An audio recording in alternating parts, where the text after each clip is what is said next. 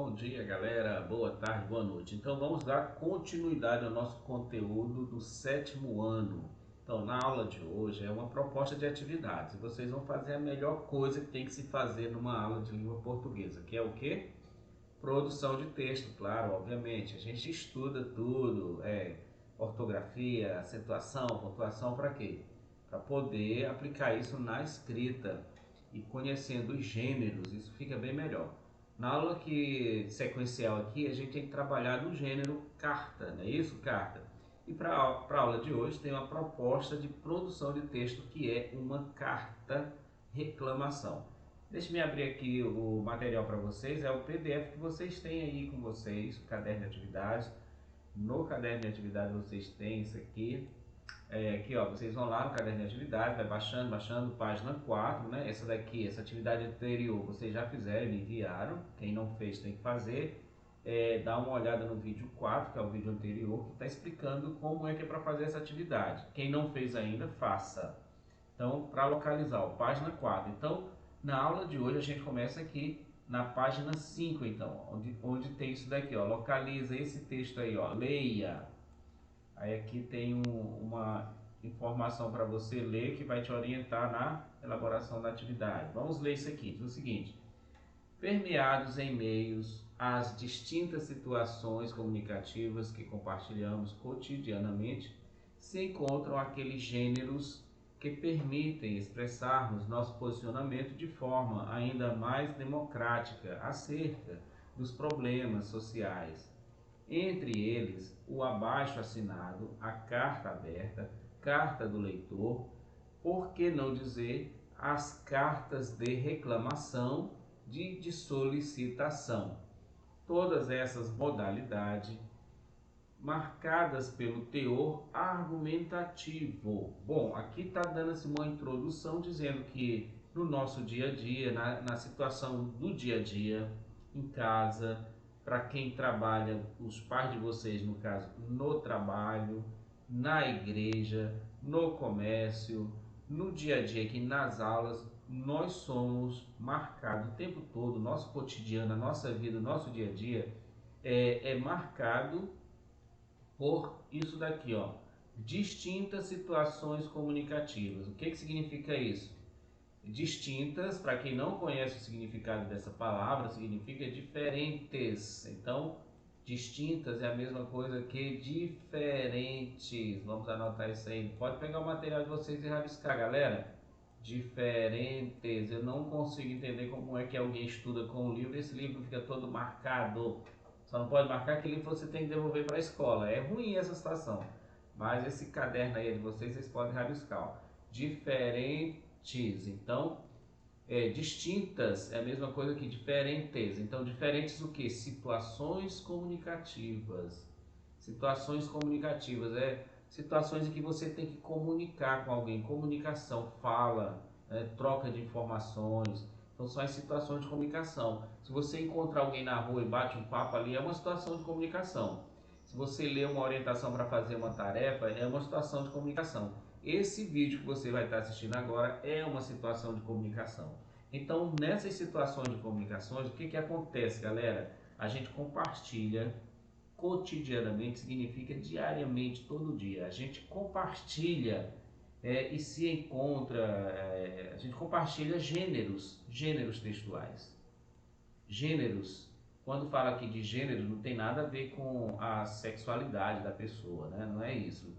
Masculino, feminino, né? E outros, não é isso. Gêneros aqui é textos, são os textos comunicativos. Gêneros textuais, são textos. Lá na aula do sexto ano a gente trabalha bastante a questão de tipo textual e gêneros textuais, que permitem expressarmos nosso posicionamento de forma ainda mais democrática acerca dos problemas sociais. Bom, então veja bem, os gêneros textuais, que pode uma carta de comunicação, uma carta de reclamação, um abaixo-assinado,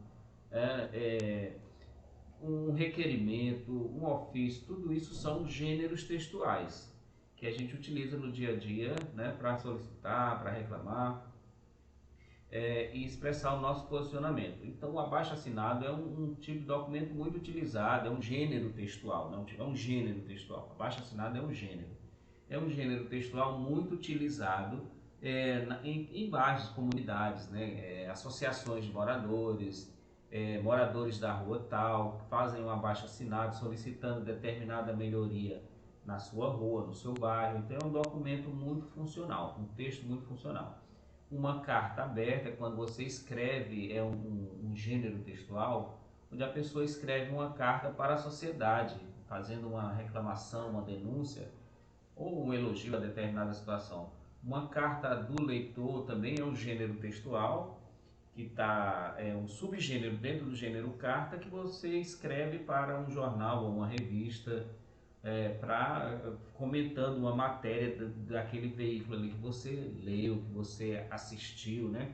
Alguns meios de comunicação oferecem essa ferramenta para o seu leitor. Você escrever fazendo comentários sobre a matéria veiculada ali. Bom, e também aqui, ó, a carta de reclamação e solicitação é um gênero textual que pode e que deve ser utilizado por nós, cidadãos que somos, né, no dia a dia, para a gente requerer nossos direitos, para a gente reclamar de alguma situação que possa estar nos prejudicando, beleza? Então, essas modalidades de textos que a gente viu está aqui dentro do teor, marcada pelo teor argumentativo, porque são gêneros textuais que estão dentro de um tipo maior, que a gente chama de tipo, onde prevalece o tipo textual, que é o tipo dissertativo. Dissertativo é um tipo. Os alunos do sexto ano estão ligados nisso daqui, né? Vamos lá. Bom, então aqui, qual é a proposta aqui para vocês hoje, na aula de hoje? É só uma proposta de redação, galera, não tem muita coisa não. Ó, veja o exemplo de uma carta de solicitação. Aqui nós temos um exemplo, a gente vai ler uma carta de solicitação, observando os elementos que compõem esse tipo de documento e a linguagem formal. Então a linguagem utilizada aqui é uma linguagem formal. Significa o quê? Que você precisa ter cuidado na hora de conjugar os verbos, na hora de concordar o sujeito com os seus complementos, o verbo, concordar o verbo com o núcleo do sujeito.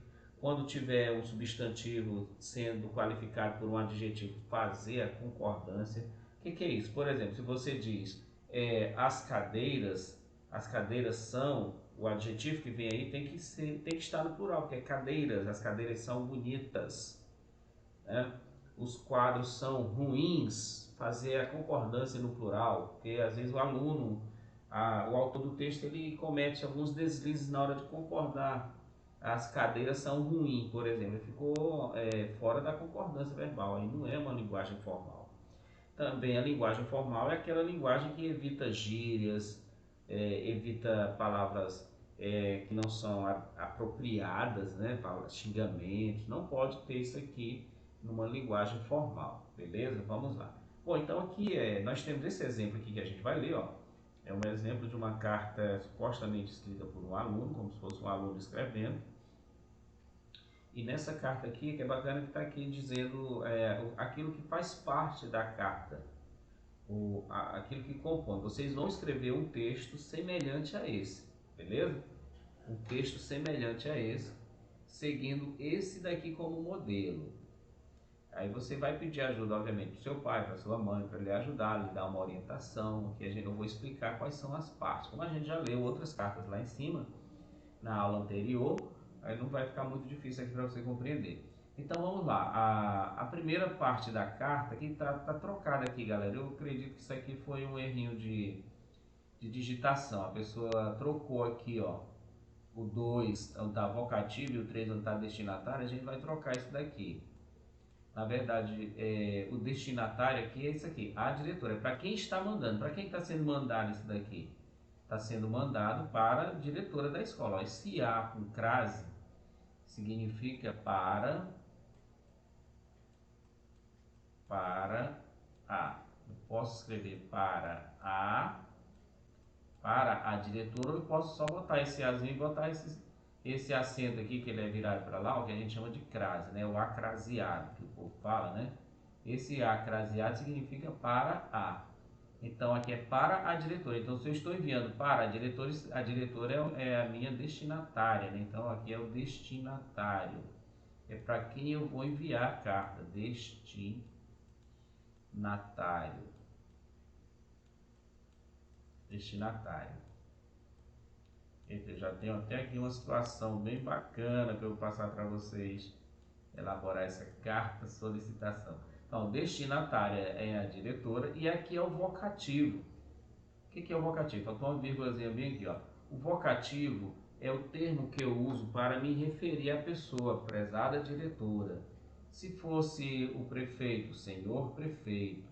Se fosse o secretário de educação do município, eu iria colocar senhor secretário, né?